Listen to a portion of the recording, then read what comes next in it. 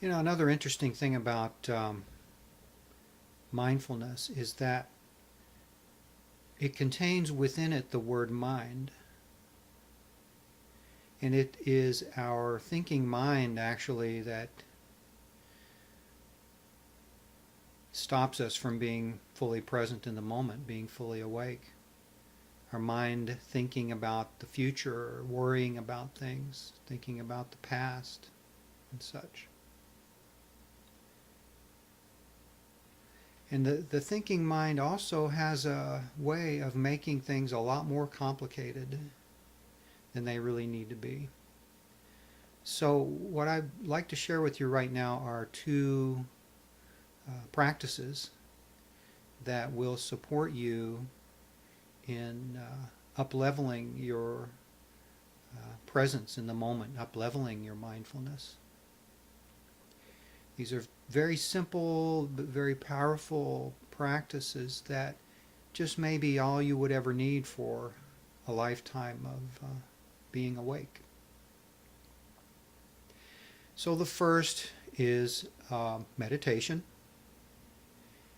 And you can find thousands of meditation practices and groups and books and tapes and such.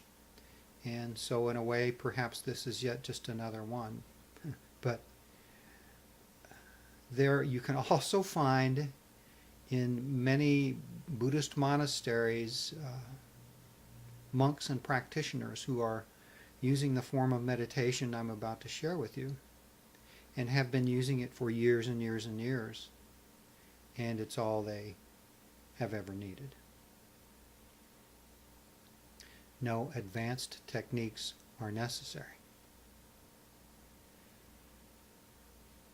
So this practice is breath awareness meditation, and it can be done very simply. The practice is simply, as the name implies, using your breath as the focus of concentration. Noticing yourself breathing in and breathing out. Allowing yourself to breathe fully and deeply.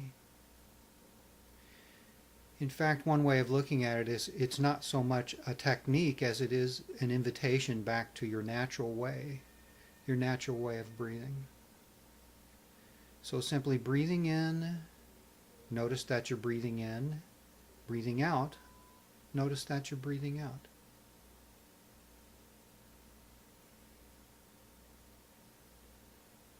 And as you do this, thoughts come, body sensations come, things happen. And you simply notice those things, allow those things to be, and bring your attention back to the breath. Some thoughts may be particularly enticing or seductive, and the next thing you know, 5 or 10 minutes has passed and you'd forgotten you were doing breath awareness meditation. That does not make you a bad meditator. There is no wrong way to do this, but remember, the moment you realize that you haven't been concentrating on your breath, suddenly, in that moment, you're awake again. And then gently bring your attention back to the breath. Notice yourself breathing in. Notice yourself breathing out. Notice the quality of your breath. Are there any catches or hitches? Do you hold your breath at the top? Do you perhaps not breathe all the way out? And notice that as you notice these things, that they automatically begin to shift and change and open up and loosen. Grace just happens when we just notice sometimes. So this is a practice that's good to do first thing in the morning. It's good to do perhaps 10 or 20 minutes at a time. And do it every day if you can. Don't try to evaluate whether or not it's effective until you've done it daily for at least a month. And in this video, I will not actually have us do that because it would simply be a long period of silence. So practice on your own and enjoy. The other practice I mentioned is to simply take this breath awareness into your daily living, into every moment of your life, as you're working, as you're driving, as you're relating to other people, is to just every now and then, when you remember to, notice your breath, be aware of your breath, and notice what's happening in your body. The quickest way I know to become present in the moment is to focus your attention on your body sensations. Unless you're dissociating, your body is always present in the moment, and your body is always telling you the truth about what's happening. So breathe, notice your breathing. You can do this any time of the day. You can do it while you're driving. Notice any body sensations, or you may even just notice that your body feels clear. But you would surely be able to notice some things, like if you're speaking, the vibration of your voice, the pressure of your body on the seat if you're sitting, etc. A lot of things to notice.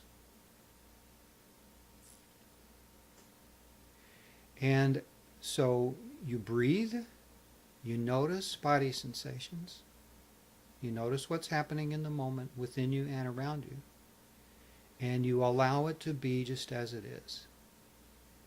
This third step, to allow things to be just as they are, does not imply inaction. You may indeed need to take action, and you do.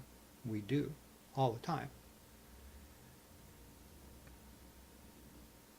But this is an important third step in the mindfulness practice, in the practice of being awake, and allowing this to lead you to a place of peace and equanimity. To breathe, notice what's happening, and to allow your experience to be just as it is in the moment. Even if it may be something that you clearly do not like or are not comfortable with. Later I will talk about this as a divine paradox, because